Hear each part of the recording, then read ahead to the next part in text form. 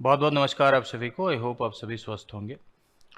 देखिए R O के exam में लगभग आपके 60 दिन बचे हुए हैं और आपके मन में लगातार प्रश्न उठ रहा है कि आखिर इस 60 दिनों में हम क्या स्ट्रेटजी अपनाएं और इस 60 दिनों में अपनी प्रिपरेशन को हम किस दिशा में आगे बढ़ाएं। तो देखिए ये 60 दिन खासकर आर ओ की परीक्षा के लिए बहुत ही महत्वपूर्ण है और आपके मन में अगर ऐसा प्रश्न बन रहा है तो वाजिब प्रश्न है, ऐसा प्रश्न बनना भी चाहिए। तो सबसे ज़्यादा इम्पोर्टेंट रोल इन 60 दिनों में जिसका होगा आपकी तैयारी में वो होगा टेस्ट सीरीज का। जितना ज़्यादा से ज़्यादा आप टेस्ट सीरीज दे सकते हैं उतना ज़्यादा से ज़्यादा आप टेस्ट सीरीज दीजिए या मॉक दीजिए।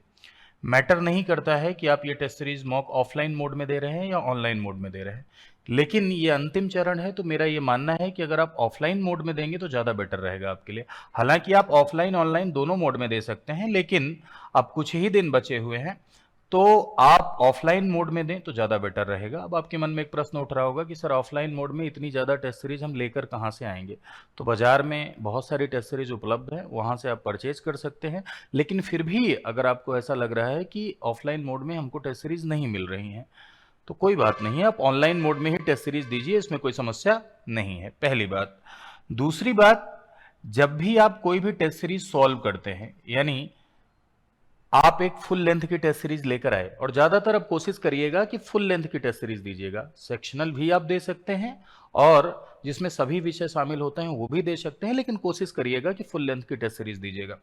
तो जब आप टेस्ट सीरीज सॉल्व करते हैं तो हमारे साथ परेशानी ये हो जाती है कि हम उसका सोल्यूशन नहीं देखते, और अगर मान लो हम उसका सोल्यूशन भी देखते हैं तो बहुत तेजी से देखते हुए निकल जाते हैं। तो आप उस टेस्ट सीरीज को वैसे ही सॉल्व किया करिए जैसे आपका एग्जाम है। चलिए मान लीजिए कि अब तक आपने ऐसा नहीं किया है, आपने बहुत कैजुअली लिया है, लेकिन अब क्या करिए कि अब आप जो भी टेस्ट सीरीज दें या जो भी मॉक दें तो उसको वैसे ही दें कि जैसे आप परीक्षा दे रहे हैं। अगर ऑफलाइन मोड में दे रहे हैं तो आप अपने पास एक ओएमआर टेस्ट रखें और उसमें आप गोला भरते हुए जाएं, और ऑनलाइन मोड में दे रहे हैं तब तो सुविधा रहती है, उसमें नंबर आपके आ ही जाते हैं। और ऑफलाइन मोड में अगर आप दे रहे हैं तो नंबर आप काउंट करें, अगर आप घर में दे रहे हैं या लाइब्रेरी में टेस्ट सीरीज दे रहे हैं तो आप नंबर काउंट करें कि भाई हमारे कितने नंबर बन रहे हैं। और उसके बाद जो सवाल आपका गलत हुआ है उस सवाल का उत्तर देखिए बाद में, पहले नहीं देख लेना है। उस सवाल का उत्तर देखना है और उसका सोल्यूशन देखना है, और सोल्यूशन में जो एक्सप्लेनेशन दिया हुआ रहता है वो पढ़ना है, और उसको जरूर पढ़ना है।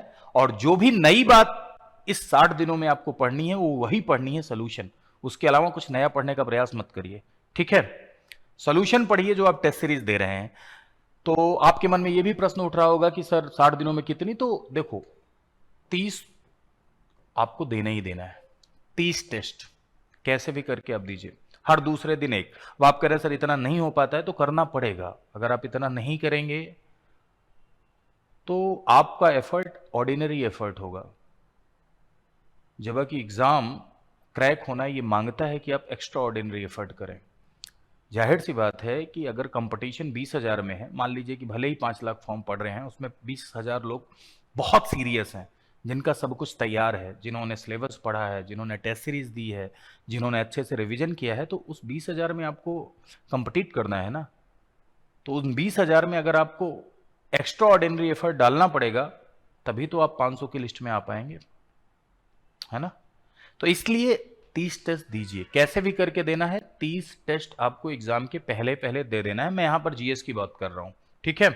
जीएस की बात, और हिंदी में यदि आप बात करें तो हिंदी में भी आप तब तक 20 टेस्ट पक्का दे लीजिए, ठीक है। 20 हिंदी, 30 ये, आप 50। अब आप कहेंगे सर हिंदी और जीएस 50 तो इतना कहां समय, तो एक हिंदी का और एक जीएस का रोज दिया जा सकता है टेस्ट, ठीक है। हिंदी जीएस मिलाकर अगर देखा जाए तो रोज दे सकते हैं, लेकिन मैं रोज नहीं कह रहा हूं, हर दूसरे दिन एक टेस्ट या मॉक दीजिए, उसका सोल्यूशन देखिए।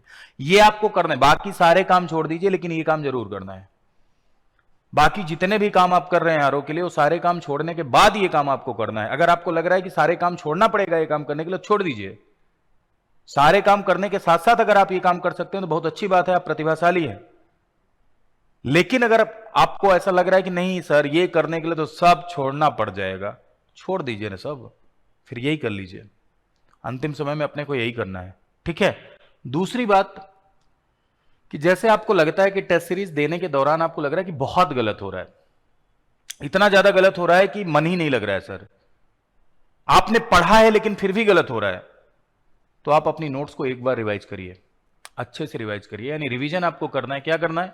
रिवीजन करना है। जो आपकी क्लास नोट्स है उस नोट्स का आप रिवीजन कर सकते हैं, या आप कह रहे हैं कि सर नोट्स का रिवीजन तो मैंने कर लिया लेकिन फिर भी गलत हो रहा है मेरा, तो जो पीवाईक्यूज हैं, प्रीवियस ईयर क्वेश्चंस हैं, जो आपके पास एक किताब है जिस किताब में चैप्टर वाइज पीवाईक्यू दिए हुए हैं, जिसे पूर्वालोकन के नाम से जाना जाता है, या कुछ अन्य किताबें आती हैं जिसमें चैप्टर वाइज पीवाईक्यू दिए हुए हैं, वो एक बार फिर से सॉल्व करिए पूरा। अगर आपके गलत हो रहे हैं सवाल तो एक बार फिर से उसे सॉल्व करिए। अगर सॉल्व करेंगे तो प्रैक्टिस बन जाएगी आपकी, टेस्ट सीरीज में चीजें गलत नहीं होंगी। ठीक है, तो ये दो काम आपको करना है जो सबसे ज्यादा जरूरी है। अगली बात, सवाल उठता है क्या ना करें।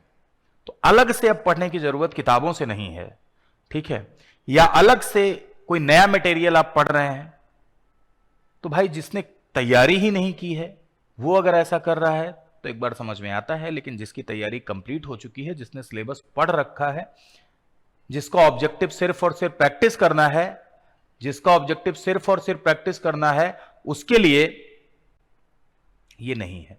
अब किसी ने भाई बिल्कुल तैयारी नहीं की तो उन्हें तो पढ़ना ही पड़ेगा, अगर वो पेपर देना चाहते हैं और चाह रहे हैं कुछ थोड़ा बहुत पढ़ लें तो। लेकिन जिनकी तैयारी बहुत अच्छे से चल रही है उनको कुछ नया एक्स्ट्रा किताब से पढ़ने की जरूरत नहीं है। एक्स्ट्रा आप वो पढ़िए, टेस्ट सीरीज देने के दौरान जो सवाल आपके गलत हो रहे हैं उन सवालों का सलूशन आप देखेंगे जब, तो वो आपके लिए एक्स्ट्रा मटेरियल होगा।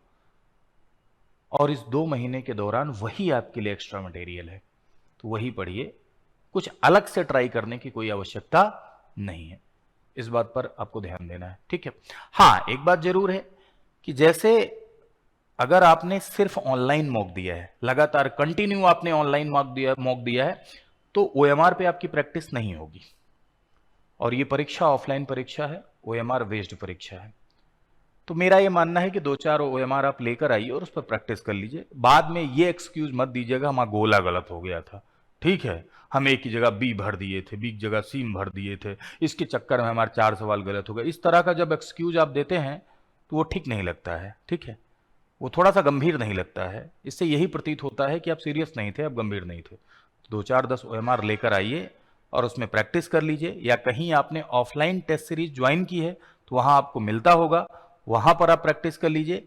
ये एक्सक्यूज बाद में नहीं आना चाहिए। जो लोग पूरी तरीके से ऑनलाइन ही प्रैक्टिस कर रहे हैं उनके साथ ये समस्या आ सकती है, तो पहले से ही समस्या का निदान ढूंढ लीजिए, जैसे कि बाद में कोई दिक्कत ना हो। ठीक है, बाकी इसके अलावा कोई दूसरी स्ट्रेटजी नहीं है, इसके अलावा कोई दूसरा रामबाण नहीं है। अंतिम समय में जो सबसे बड़ा रामबाण होता है, सबसे बड़ी संजीवनी होती है, वो यही होती है रिवीजन, टेस्ट सीरीज और कंटिन्यू टेस्ट सीरीज। ठीक है, ज्यादा से ज्यादा टेस्ट सीरीज, यही अंतिम समय में रामबाण होता है। इसके अलावा और कुछ स्ट्रेटजी अंतिम समय में नहीं होती है। और मेरी शुभकामनाएं कि आप सब चयनित हों, देश के विकास का माध्यम बने। ठीक है, आप सभी चयनित हो, जो लोग बढ़िया से ईमानदारी से तैयारी कर रहे हो चयनित हो, लेकिन ये अवसर दोबारा लौट कर नहीं आएगा। आरओ का एग्जाम हर बार नहीं होता है, आरओ की वैकेंसी हर बार नहीं निकलती है, तो अवसर बार बार भी नहीं आता है। इस बार आपके पास एक बड़ा अवसर है, इस अवसर को भुनाइए, जी जान से लगिए, फुल डेडिकेशन से लगिए, फुल मेहनत, यानी स्मार्ट वर्क भी करिए, हार्ड वर्क भी करिए, क्योंकि पता नहीं कब लौट कर ये अवसर आए भी या ना आए, इसलिए मौका छोड़ना नहीं है। ठीक है, और आज के जमाने में वो व्यक्ति सबसे ज्यादा सफल दिखाई पड़ता है जो व्यक्ति अपॉर्चुनिटी को मिस नहीं करता है, जो व्यक्ति अवसर छोड़ता नहीं है। और मेरी शुभकामनाएं कि आपसे ये अवसर छूटे नहीं।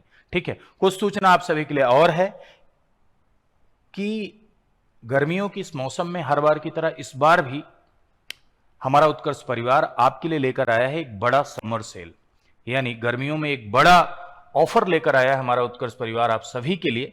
उत्कर्ष एप्लीकेशन में अगर आप यूपीपीसीएस के कोई भी ऑनलाइन कोर्स को परचेज करते हैं, कोई भी यूपीपीसीएस का या आरओ का कोई भी ऑनलाइन कोर्स अगर आप हमारे एप्लीकेशन में परचेज करते हैं तो आपको मिलेगा अप टू 90% तक का डिस्काउंट। ठीक है, ध्यान देना, फ्लैट 90% नहीं है, अप टू 90% तक का आपको डिस्काउंट मिलेगा, प्लस 3 मंथ की एक्स्ट्रा वैलिडिटी मिलेगी, यानी 3 महीने की एक्स्ट्रा वैलिडिटी आपको मिलेगी।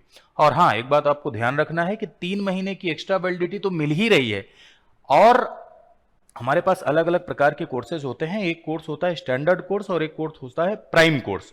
तो अगर आप प्राइम कोर्स परचेज करते हैं, प्राइम कोर्स यदि आप परचेज करते हैं तो आपको मिलेगा 10% का एक्स्ट्रा डिस्काउंट, लेकिन इसके लिए आपको एक कूपन कोड अप्लाई करना होगा, प्राइम।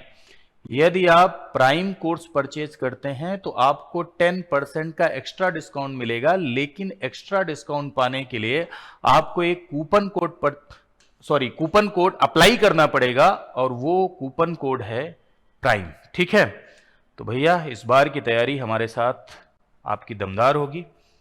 तो 2025 के इस साल को भुनाइए, हमारे साथ जुड़िए और अपनी तैयारी को और भी शानदार बनाइए और भी बेहतर बनाइए।